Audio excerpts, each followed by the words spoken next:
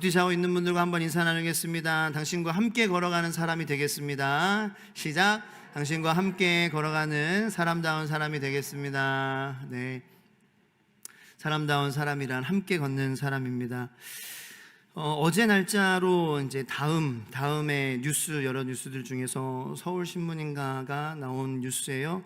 제가 잠깐 쉐어하겠습니다. 최근 미국 워싱턴주에서 열린 여성 사이클 대회에서 트랜스젠더 선수들이 속한 팀이 1, 2, 3위를 모두 휩쓰는 일이 벌어졌다.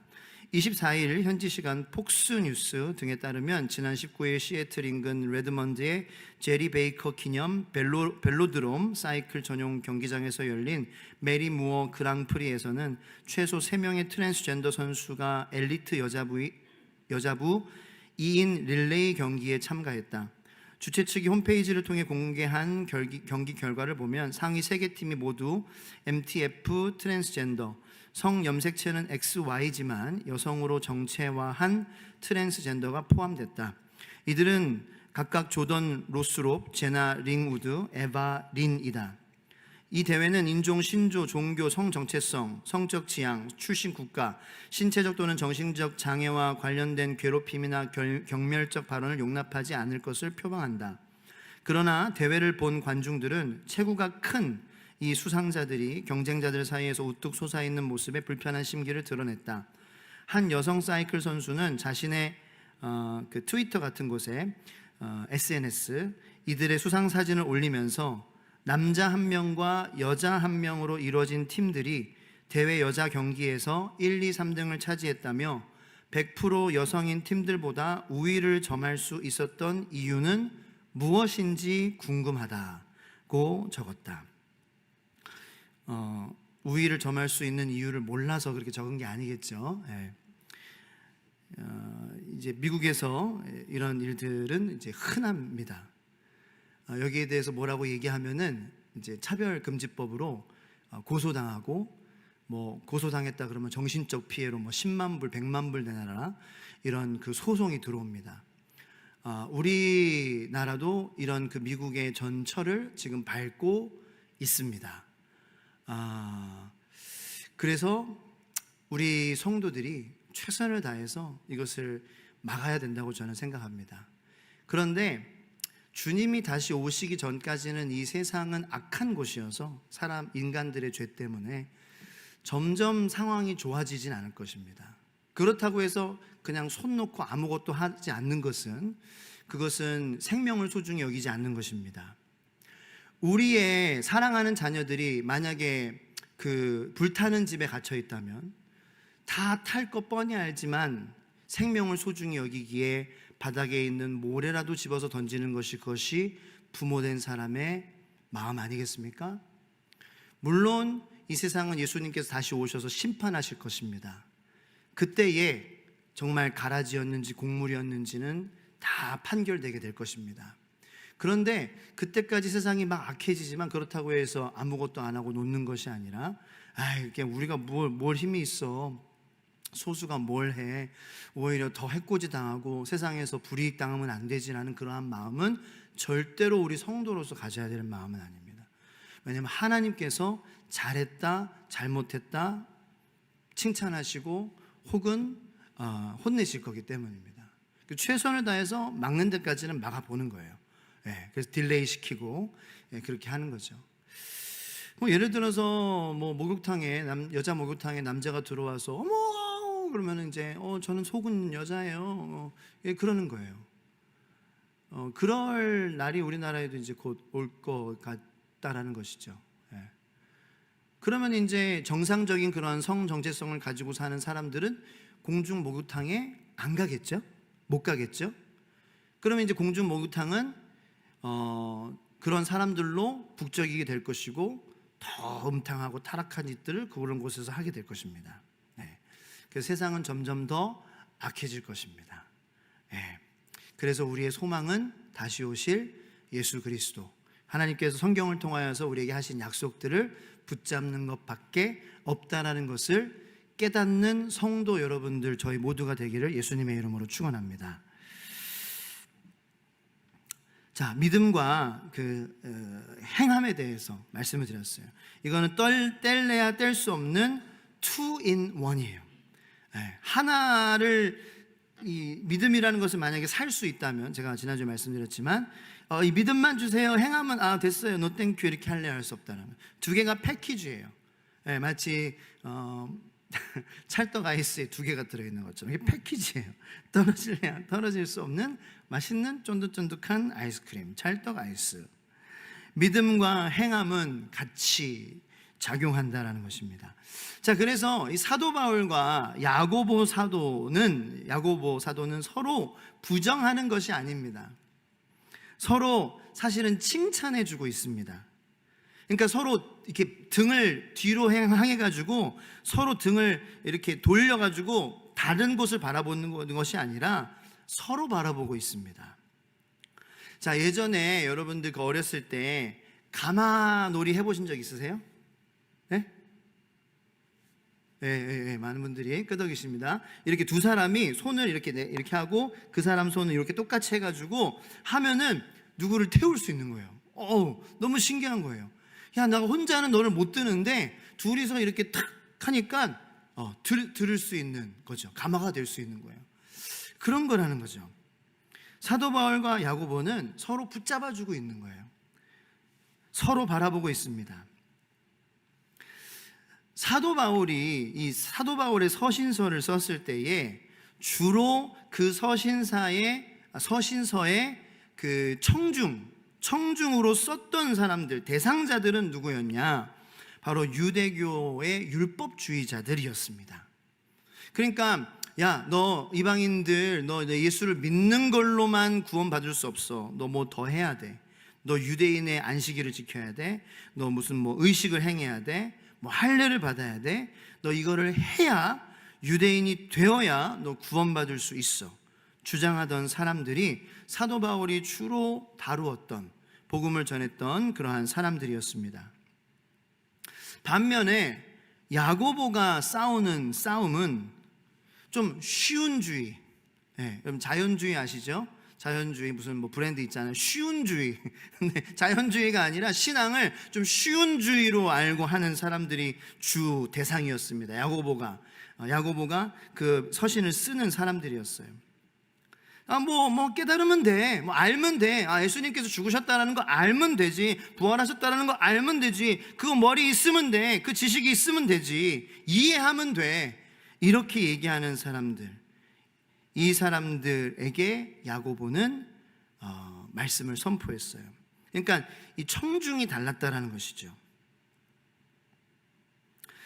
그러니까 바울은 어떻게 보면은 구원받기 전의 단계를 위한, 그 구원받기 전에 있는 단계에 있는 사람들을 위한 말씀을 선포하고 있는 거예요. 그러니까 pre salvation이죠. 구원 전. 그래서 우리가 하나님의 자녀로 구원받기에 인간적인 입장에서 준비해야 되는 것은 제로, 아무것도 없어 라는 거예요. 우리가 구원받기 위해서 해야 하는 거, 우리가 할 수 있는 거, 준비해야 하는 거 아무것도 없어. 하나님께서 태초 이후에, 창조 이후에 인간의 그 fall, 떨어지는 인간의 타락 이후에 다 하나님께서 준비하셨어. 하나님께서 준비하신 것만 전적으로 믿으면 구원받는 거야. 이것을 바울은 얘기했던 거예요. 구원받기 전 아무것도 우리가 한 걸로 구원받는 것이 아니다.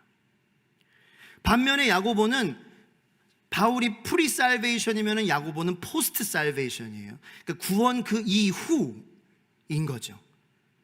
그러니까 예를 들어서 BC와 AD, 예수님이 오시고 난 후에 모든 것이 바뀌게 된 것처럼 우리가 예수 그리스도로 말미암아 이제는 구원받은 자로서, 구원 이후에 그러한 사람으로서 오직 예수 그리스도의 은혜로, 하나님의 은혜로 구원받은 성도의 삶을 향한 메시지인 거예요. 자, 이해가 되시죠? 그래서 바울은 구원의 뿌리에 대해서 이야기하는 거예요. 바울이 얘기하는 것은 구원의 씨앗, 구원의 시작에 대해서 선포하는 말씀이고, 야고보는 그 구원의 씨앗이, 그 뿌리가 심겨졌을 때에 열리는 열매에 대한 이야기다라는 것입니다.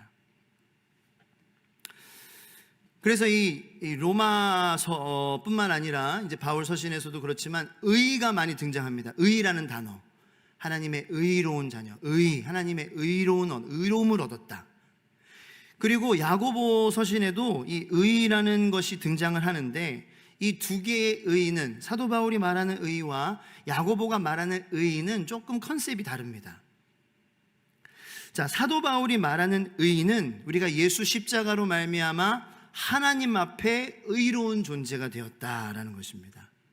야고보가 선포하는 의는 이 하나님의 은혜로 말미암아 의로운 자들이 된 우리 성도들이 사람들 앞에서 의로운 존재가 되었다라는 컨셉을 이야기하는 것입니다. 자, 요거를 좀 이해하기 위해서 사진을 한번 보여드리겠습니다. 좀 도움이 될 것입니다. 자, 믿음이라는 씨앗, 사도 바울이 얘기하는 그 의, 그리고 또 사람들 앞에서 그 믿음의 씨앗으로 말미암아 열매를 맺는 사람 앞에서 의로움을 나타내는 행함의 이 노가 두 개가 있습니다.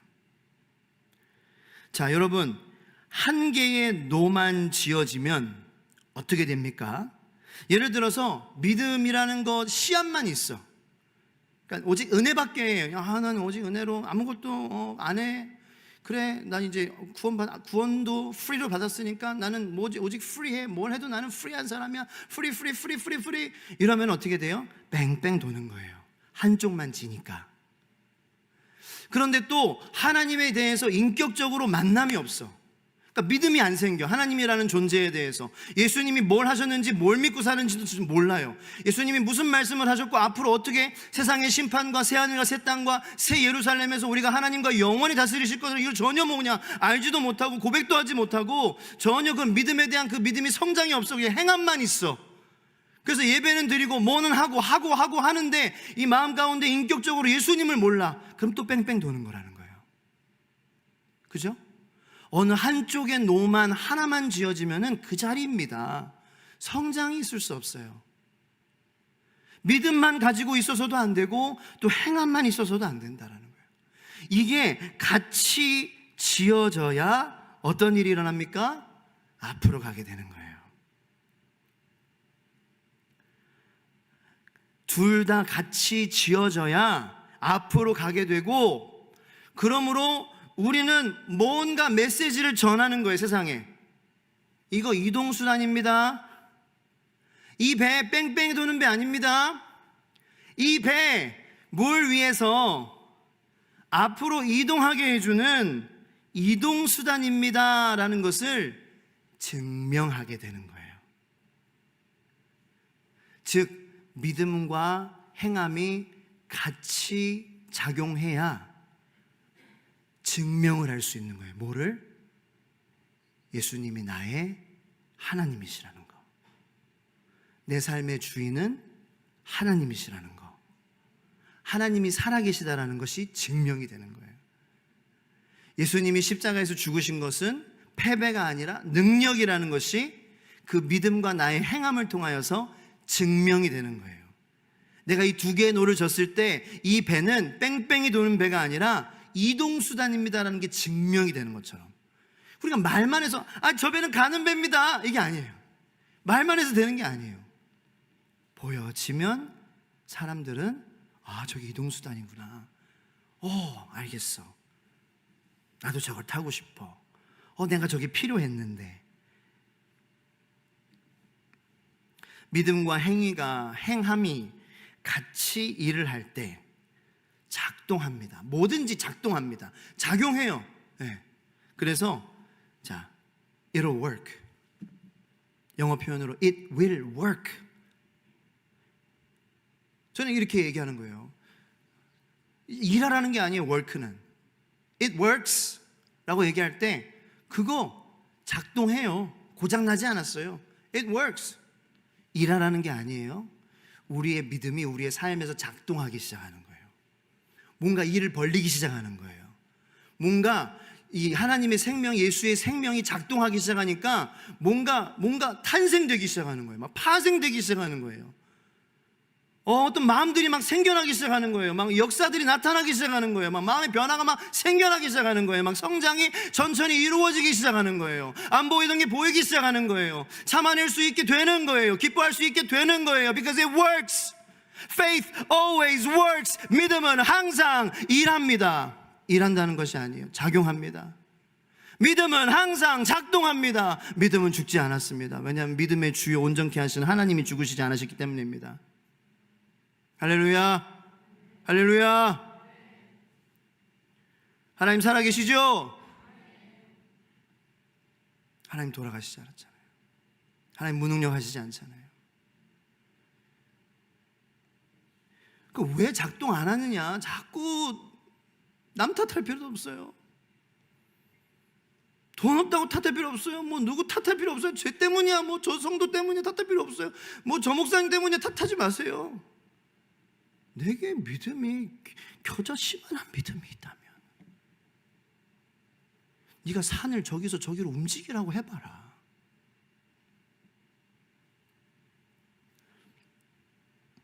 지난 시간에 우리는 가짜 믿음이 어떠한 특징을 갖고 있는지 같이 나눴어요. 행함이 없는 언어생활. 그러니까 이 불쌍하게 보지 않는 눈, 이것도 폐허예요. 다 폐허, 쌍이죠, 그죠? 행함이 없는 언어생활, 불쌍하게 보지 않는 눈, 증명할 수 없는 신앙 고백, 태도를 바꾸지 않는 소란스러움, 다 쌍이에요. 쌍. 아이스크림 중에 또 하나 있죠, 쌍쌍바라고. 저는 쌍쌍바, 찰떡 아이스 이런 걸 제일 좋아하는 것 같아요. 쌍이라서.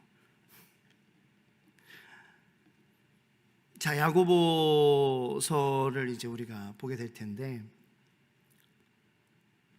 야고보서는 제가 계속해서 반복적으로 강조하겠지만 성숙에 관한 말씀이에요. 성장하고 있느냐라는 거예요.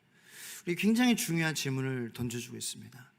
예수 생명이 정말 생명이라면, 예수가 생명이라면 성장하고 있습니까? 라는 질문을 우리 모두에게 던져주고 있는 거죠. 이 질문은 우리가 평생 잊지 말아야 될 질문이라고 저는 생각해요. 예수가 생명이라면 잘하고 있느냐? 잘하고 있느냐 아닙니다. 너 잘하고 있어? 너 잘하고 있어가 아니라 잘하고 있느냐? 한국말 어려워요. Are you doing well? 이게 아니라 Are you growing up? Doing well 그거는 뭐 문제가 안 돼요. Growing up, grow up. 제가 미국에서 많이 듣는 그 표현 중에 grow up. 어른들도 애처럼 행동할 때 Hey, grow up. 야, 너 뭐야? 자라 좀. 이게 뭐야? 이렇게 얘기해요. 자, 우리가 이 세상에 살면서 성인이 된 것을 내가 깨닫기 시작할 때가 언젠가 한번 누군가의 그런 좀 관찰을 제가 좀 조사해 봤습니다. 첫 번째, 한번 여러분들도 적용해 보세요. 공과서가 내 이름으로 오기 시작할 때 어른이 된다는 거죠. 그렇죠? 공과서, 전기세, 가스 이런 거 다 엄마 아빠 이름으로 왔어. 근데 내 이름으로 오기 시작한다. 아, 내가 어른이 됐구나. 이거를 알 수 있다라는 거예요. 두 번째, 새벽 4시 반이 이제 자야겠다. 늦었어. 이게 아니고 일찍 일어났네. 이게 될 때 어른이라는 거예요. 철없을 때는 새벽 4시 반까지 놀았다는 거죠. 너무 늦었어. 4시 반이야. 근데 어른이 되니까 4시 반이 이른 시간이 된 거예요. 세 번째, 에어컨이나 히터가 빵빵하게 나오는데 처음 드는 생각이 전기세일 때 어른이 되는 증거예요. 네 번째, 자동차 보험료는 내려가는데 자동차 할부금은 점점 많아질 때, 왜냐하면 좋은 차를 타기 시작하니까 어른이 된다는 거예요. 뭐 더 많겠지만 마지막, 극장에서 영화가 끝나는 것이 데이트의 시작이 아니라 데이트의 끝이 될 때 어른이다. 자, 영화 봤으니까 집에 가자. 어른이라는 거예요. 어른이 아닐 때는 영화가 시작이야, 데이트. 영화 보고 뭐 할까? 영화 보고 이게 only the beginning. 시작이에요. 성경에 있는 가장 큰 두 개의 테마는 이거입니다. 첫 번째는 하나님께 어떻게 돌아가느냐, 하나님께 돌아가는 방법을 우리에게 말씀해 주고 계십니다. 두 번째는 돌아간 인간이 하나님과 어떻게 동행하느냐. 이 두 가지의 테마가 성경 전체에서 계속 흘러갑니다. 하나님께로 돌아오는 방법, 돌아온 우리가 하나님과 어떻게 동행하느냐, 동행하는 방법. 자, 그런데 이 두 테마의 중간에는 탄생이라는 것이 필요합니다. 그래서 니고데모에게 예수님께서 다시 태어나야 된다, born again 이라고 말씀하셨어요. 그런데 그것이 다가 아닙니다. 태어나는 것이 끝나는 것이 아니라 자라야 합니다. 성장해야 합니다. 태어나는 것 그 자체만으로도 참 신기하고 놀라운 일이죠. 어제도 어떤 아기가 저희 성도님 중에서 태어나가지고 이렇게 사진을 보내주셨는데, 그 아기의 사진을 보면서 너무 참 흥분되고 저도 기쁜 일이라고 저는 생각을 합니다. 그와 마찬가지로 한 사람이 내가 예수를 믿기로, 구주로 모시고 살기로 선택하는 그 다시 태어나는 주님 안에서, 그것도 참 흥분되고 기쁜 일인 것 같습니다. 그런데 그 태어난 아기가 태어나서 성장하는 것처럼 하나님을 향해서 우리가 선택을 하긴 했는데, 내가 예수님을 나의 구주로 모시고 살겠습니다, 나의 주인으로, 나의 하나님으로, 나의 구세주로, 나의 아버지로, 나의 유일한 선생님으로, 나의 유일한 친구로, 나의 유일한 구원자로 내가 모시고 살겠습니다 라고 선택을 하고 태어났는데, 만약에 제가 지금 이렇게 어른이 되었는데 아직도 제가 이렇게 막 얘기를 한다고 한번 가정을 해보세요. 상길이 배고파요. 상길이 선물 사주세요. 상길이 외로워요. 이렇게 어른이 얘기한다면 제가 더 이상 흥분되고 기쁘지 않습니다. 짜증나고 화나고 꼴보기 싫죠. 야고보서에서의 야고보는 우리 믿는 사람들이 모여야 하고 그 이야기를 들어야 할 큰 삼촌과도 같은 존재입니다. 큰 오빠? 야고보는 우리에게 큰 형님과도 같은 존재입니다. 상길아, 이런 게 성숙이야. 상길아, 이런 게 어른이야. 이게 성장이야 라고 우리에게 말해주는 그런 큰 형님, 큰 오빠와도 같은 존재가 바로 야고보서이라는 거예요. 그래서 1절 말씀을 한번 같이 읽으면서 야고보서 여정을 시작하겠습니다. 우리 큰 형님, 큰 오빠의 이야기를 한번 들어보죠. 시작. 하나님과 주 예수 그리스도의 종 야고보는 흩어져 있는 12지파에게 문안하노라. 네. 오늘 1절만 보기를 원해요. 근데 이 페이스로 한 절씩 한 절씩 이렇게 가지는 않을 것입니다. 야고보서가 한 180절 정도로 이루어진 것 같은데, 그러면 한 절씩만 하면 180주가 필요하기 때문에 2년이 넘는 시간이 필요합니다. 자, 1절을 보면은 우리는 이 야고보서의 저자가 야고보이라는 것을 알 수 있습니다. 그런데 어떤 야고보냐? 신약에만 야고보가 4명이나 등장을 합니다. 자, 첫 번째 야고보는 요한의 형제 야고보, 즉 세베대의 아들 야고보로 어부였던 야고보입니다. 기억나십니까? 베드로와 그 같은 동네 출신이죠, 그죠? 세베대의 아들들, 그 중에 한 명이었던 이 야고보는 천둥의 아들이라는 별명을 받았습니다. 여러분, 이 야고보는요 일찍 죽었습니다. 순교당했죠. 어디서요? 사도행전 12장에서 순교당한 야고보는 헤롯 왕에 의해서 참수당해서 죽었습니다. 그래서 이 야고보는 아닙니다. 요한의 형제 야고보, 세베대의 아들 야고보는 이 야고보서를 쓴 야고보가 아닙니다. 두 번째는 알페오의 아들 야고보라고 그 12사도 중에 한 명이었는데요, 사실 알페오의 아들 야고보에 대해서 우리가 아는 것은 많지는 않습니다. 작은 야고보라고도 알려져 있는데요, 그거는 여러 가지 의견이 있어요. 키가 작아서였을 것이다, 혹은 성경에서 적게 언급되었기 때문에 작은 야고보, Little James, Little James라고 성경에 나옵니다. 이 야고보도 아닙니다. 세 번째 야고보는 유다의 아버지라고 야고보가 있습니다. 가룟 유다 말고 12제자 중에 유다가 한 명 더 있었습니다. 그런데 가룟 유다가 아닌 다른 유다의 아버지의 이름이 야고보였습니다. 이 야고보도 아닙니다. 마지막 야고보, 예수님의 동생, 형제 야고보가 바로 이 책의 저자입니다. 즉 마리아와 요셉의 생물학적 아들입니다. 마리아는 성령으로 잉태해서 예수님을 낳았잖아요. 예수님은 생물학적 아들은 아니죠. 그런데 이 마리아와 요셉이 예수님 하나님의 말씀에 순종해서 그런지 생육하고 번성했어요. 진짜로 자녀들이 많았습니다. 그래서 마가복음 6장 2절로 3절까지의 말씀을 보면은 이 예수님의 형제들이 얼마나 많았는지를 우리에게 보여주고 있는데요.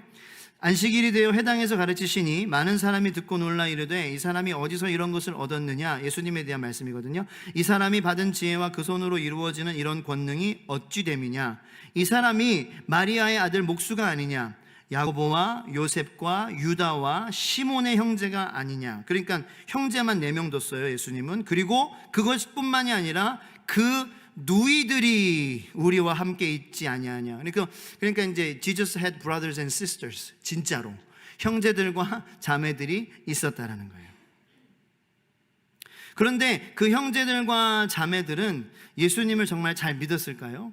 요한복음 7장 5절 말씀을 봅니다. 다 같이 한번 읽어볼까요? 시작. 이는 그 형제들까지도 예수를 믿지 아니함이러라. 자, 그의 형제들 예수님을 믿지 않았습니다. 야고보도 예수님께서 사역을 시작하셨을 때에 믿지 않았을 것입니다. 그래서 마가복음 3장에는 많은 무리들이 예수님의 기적과 가르침을 보고 예수님께로 다가올 때에 예수의 가족들이 예수를 멈추려고 했습니다. 그만두게 하려고 했어요. 야, 너 뭐 하는 짓이야? 하면서. 왜? 미쳤다고 생각했거든요. 왜냐하면은 생각해 보세요. 갑자기 자기가 메시아라고 가르치기 시작하셨어요. 그러니까 형제들이 보면서 형 왜 그래? 형이 좀 완전한 건 알겠지만 진짜 완전했죠, 그죠? 예수님은 여러분 아무 잘못도 없이 완전한 큰오빠, 큰형 두신 적 있으세요? 아니 잘못은 다 하는데도 큰형, 큰오빠인 것만으로도 참 그죠? 잘난 척 하는데 예수님은 죄가 하나도 없어. 죄 하나도 없는 큰형이야, 큰오빠야. 얼마나 동생들이 좀 좋기도 하겠지만 힘들었던 것도 많았을 것 같아요. 자기만 혼나. 예수님 한 번도 안 혼났어.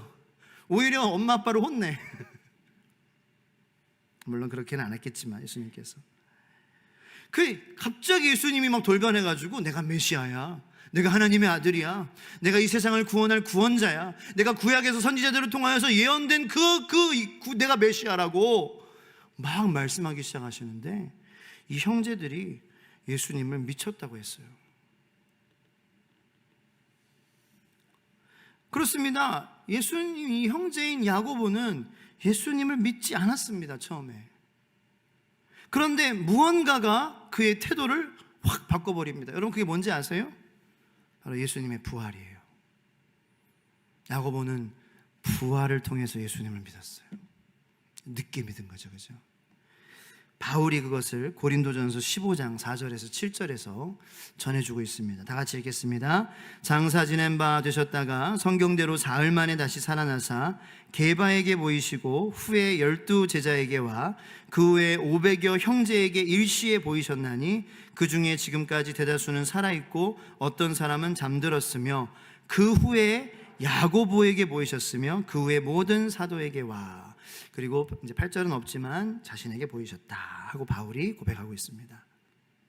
예수님께서 부활하시고 만난 사람들이 등장을 하는데요, 예수님께서 야고보에게 보이셨다. 1대1의 만남으로 예수님은 부활하셔서 야고보에게 나타나셨습니다. 그 이후로 야고보는 변했습니다. 어떻게 합니까? 사도행전 처음에 초대교회가 처음 시작한 마가의 다락방에 그의 어머니 마리아와 함께 야고보도 기도하는 그 자리에 있었습니다. 그리고 성령을 받았습니다.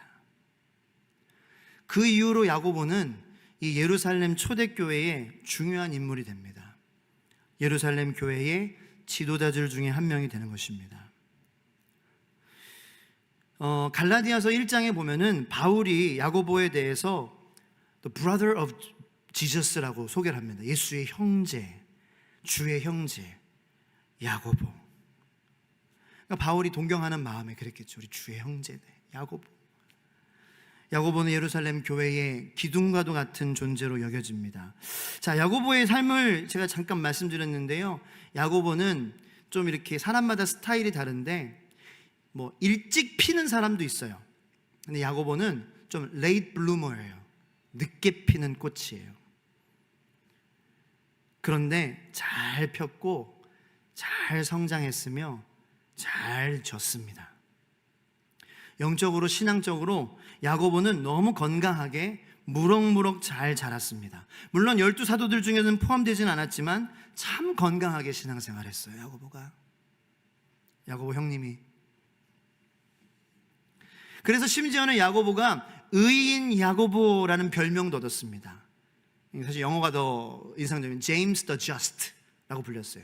저스트한 존재다라는 거예요. 의로운 형, 의로운 성도. 이건 자칭이 아닙니다. 타칭입니다. 그 야고보의 그 발자취를 좀 역사적으로 따라 보면은요, 흥미로운 사실 알게 되는데, 유세비우스라는 교회사의 아버지라고 불리는 사람이 이 야고보가 어떻게 죽음을 맞이했는지를 설명해 주고 있습니다. 야고보가 죽기 전에 먼저 이 야고보가 어떻게 삶을 살았는지 성전으로 이제 자주 규칙적으로 들어가서 무릎을 꿇고 자신의 죄와 또 믿는 형제들의 죄와 이 세상의 그런 악함을 보고 통곡하며 수시로 기도했다 그래요. 그 성전에 들어가서 수시로 기도했대요. 수시로 무릎을 꿇고 기도했대요. 그렇게. 그래서 야고보의 무릎에 변형이 와서 굳은 살이나 이런 뼈에 변형이 와서 낙타 무릎같이 보였다, 이런 기록이 있어요. 그래서 또 생긴 별명이 늙은 낙타 무릎. 항상 무릎 꿇는 야고보였어요. 얼마나 꿇었으면 뼈와 살의 변형이 오기까지 꿇었을까. 그러니까 늦게 예수님을 믿기 시작했지만 정말 잘된 케이스죠. 그죠? 그리고 정말 오랫동안 신실하게 갔어요. 그 야고보가 이 책을 쓴 거예요. 야고보는 AD 주후 62년 정도에 죽은 것으로 알려져 있는데 성전 꼭대기에서 누가 떠밀었대요. 그래서 떨어졌어요. 떨어졌는데 아직 숨은 붙어 있었어요. 그런데 바리새인들이 그 상태에서 죽을 때까지 폭행을 했다고 합니다. 자, 그렇게 주님을 위해서 순교한 야고보, 낙타 무릎까지처럼 될 때까지 기도의 삶을 살았던 야고보, 그 야고보가 자신을 1절에 뭐라고 부른다고요? 하나님과 주 예수 그리스도의 종. 이거는 가히 충격적인 사실이 아닐 수 없습니다.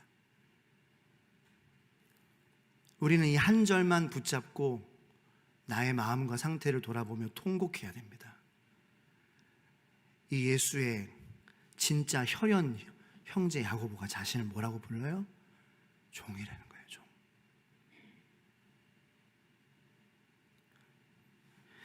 제가 예수님의 형제라면 어땠을까? 저는 상상해 봤습니다. 제가 야고보라면 제가 예수님과 혈연이라는 것 어떻게 해서든지 드러내고 싶었을 거예요. 어떤 식으로라도 내가 그 예수님과 연관되어 있다는 것을 뭔가 나타내고 싶었을 거예요. 아니, 야고보만큼 그렇게 친밀하게 예수님을 안 사람이 어디 있어요? 사실 태어났을 때부터 야고보는 알았잖아요. 예수님을 제자들보다 12사도들보다 더 오랫동안 알았잖아요. 이런 사람이 어디 있어요? 그런데 사람들이 또 나를 뭐라고 불러요? 의인이라고까지 불러요. 내가 예수님을 이렇게 친밀하게 알아? 나를 사람들이 의인이라고 해? 그러면은 나 그것 좀 소개하고 싶을 것 같아요. 나는 아니지만, 자칭은 아니지만 타칭 의인이라고 하는 나 야고보, 예수의 형제 야고보, 예수의 혈연, 나는 동생 야고보, 먼 친척도 아닌 야고보. 사실 야고보는 수많은 타이틀이 있었습니다. 그런데 그 수많은 타이틀 중에서 야고보가 선택한 것은 주 예수 그리스도의 종, 하나님의 종. 난 예수님의 노예, 난 예수님의 종입니다. 자신이 종이고 예수님의 노예라는 것은 무엇을 말할까요? 그만큼 예수님이라는 존재가 야고보의 인생에서 너무나도 큰 존재였던 거예요. 주님이 너무 크시니까 내 안에 있는 주님께서 정말 너무너무너무 상상할 수 없을 정도로, 내가 감당할 수 없을 정도로 크시니까 그 주님을 제외한 모든 것들은 다 작게 보이는 거예요. 심지어는 나조차도 작게 보이는 거예요. 저는 이게 가장 어렵다고 생각해요. 내가 작게 보이는 거. 난 아무것도 아닙니다. 나는 모릅니다. 내가 공부했어도 나는 몰라요.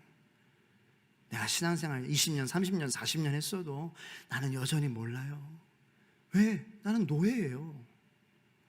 하상길은 영원히 노예와 종으로 살고 싶어요. 왜냐면 그게 정말 내 삶에서 예수님이 크다는 증거 아니겠어요? 어떤 분이 저한테 어떤 성도님을 소개시켜 주세요. 그런데 들으면 알만한 큰 교회에 다니시거든요. 거기에 성도예요. 근데 그 교회의 이름을 대시면서 목사님, 그 교회의 집사님이세요? 라고 소개해 주는 거예요. 그래서 제가 속으로, 겉으로는 예, 예, 귀하시네요. 근데 속으로는 이게 의도가 뭐지?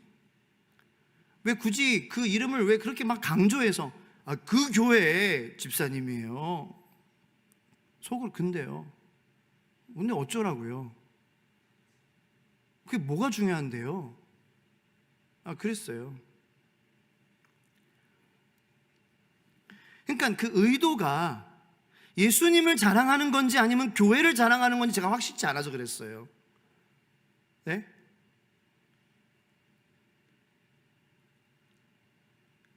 정말 하나님을 자랑하고 싶어서 그런지 그 교회를 자랑하고 싶은지 제가 확실하지 않아서 그랬다고요. 확실해야죠.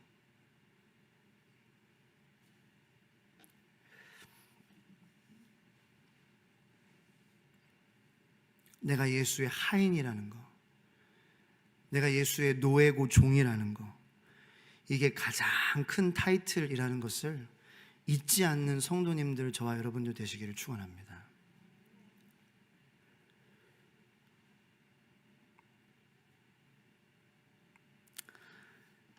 시간이 너무 모자라서 제가 1절만 묵상하고 내가 나눌 게 너무 많은데 여기서 멈추겠습니다. 여기서 멈추고 기대하세요, 여러분들.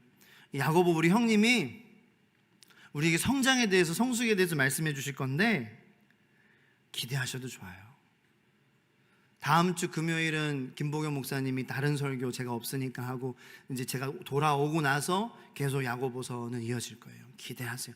다음 주도 또 좋을 거예요. 기대하세요. 한 가지만 말씀드리고 기도하고 마치겠습니다. 이 스위스 알프스에 보면은요, 공동 묘지가 있어요. 산이 워낙 험하고 높고 추위도 막 엄청나게 날씨고 어렵잖아요, 그렇죠? 그러니까 산을 오르다가 죽는 사람들이 많은 거예요. 한 번은 저 위에 꼭대기 즈음에 조난당한 그 사람이 있다라는 것을 누가 듣고 한 사람이 그 사람을 구하려고 오르다가 죽었어요. 그래서 그 사람의 묘비에 이렇게 쓰여 있는 거예요. He died climbing. 그는 오르다가 죽었습니다. 여러분, 저는 하상길은 목사이기 전에 성도인 사람이니까 저도 이렇게 죽고 싶어요. 오르다가 죽었습니다. 여러분들도 이렇게 죽고 싶지 않으세요? 자라다가, 자라나다가, 성장하다가, 주님께로 올라가다가 죽었습니다. 우리가 완전해지자는 게 아니에요. 흠없는 잘못 하나 없는 사람이 되자는 게 아니에요. 기도하겠습니다.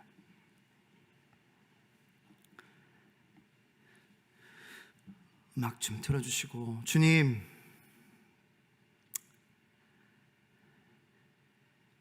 제가 대표로 기도하고 축도하고 다 같이 기도하는 시간을 가질게요. 주님, 야고보서를 통해 우리에게 성장에 대한 부르심을 주시니 감사드립니다. 성장과 성숙의 부르심, 열매를 맺게 하심, 어렵고 힘들어도 시험과 유혹 속에서도 열매를 맺는 성숙한 성도가 되기 원합니다. 주님이 원하시고 바라시는 것만큼 우리도 바라고 원하기를 기도합니다. 우리가 성경을 통해 하나님의 마음을 알고 그 마음을 우리의 생활 속에서 나타내기를 주님 원합니다. 조용한 음악 좀 틀어주시든지 연주를 해주시는지 좀 부탁드리겠습니다. 이 시간 조명을 좀 더 끄고요.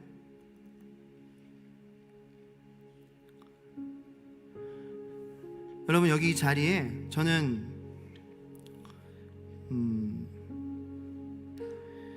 예수님을 처음 믿을 때만 우리가 손 들고 앞에 나오는 거 처음 믿을 때만 그렇게 해야 된다고 생각하지 않는 사람 중에 하나입니다. 우리의 마음은 계속 변하고 우리의 믿음은 성장하지 않으면 멈춰 있어서 우리의 마음을 더 끌어당기고 힘들게 하기 때문에 주님을 향한 결심은 사실 날마다 해야 되는 것이 맞습니다. 그러므로 이 시간 여러분들 눈 뜨지 마시고 그냥 저만 좀 확인을 하고 제가 기도하고 하기 위해서 여러분 중에 이런 마음이 있으신 분들 있을 거예요. 아직까지 주님께 온전히 내어드리지 못한 그러한 부분이 있으신 분들, 예수님을 만났지만 아직까지 주님의 것이 되지 않은 그러한 부분들이 있는 분들 있으실 거예요. 근데 이 시간 주님을 모른다는 것이 아니라 아직 주님께 온전히 주인으로 고백하지 못하는 부분, 주님 내가 있음을 고백하며 주님 성장을 내가 경험하고 싶습니다 라고 주님께 원하시는 분들은 다 눈 감으시고 그 자리에서 가만히 손을 한번 들어주세요. 저만 그냥 확인할게요. 손 들고 있어주세요. 네. 감사합니다. 네. 감사합니다. 감사합니다. 축복합니다. 네. 받습니다. 네. 감사합니다. 나이 드신 분들 계시고 젊은 청년도 있고 감사합니다. 하나님께서 여러분들 손 드시는 거 보시고 기뻐하신 줄로 믿어요. 도와주실 줄로 믿습니다. 그래서 혼자 하기는 힘들어요. 네. 그래서 그런 거예요. 같이 기도하고, 그래서 같이 고민하고 기도합니다.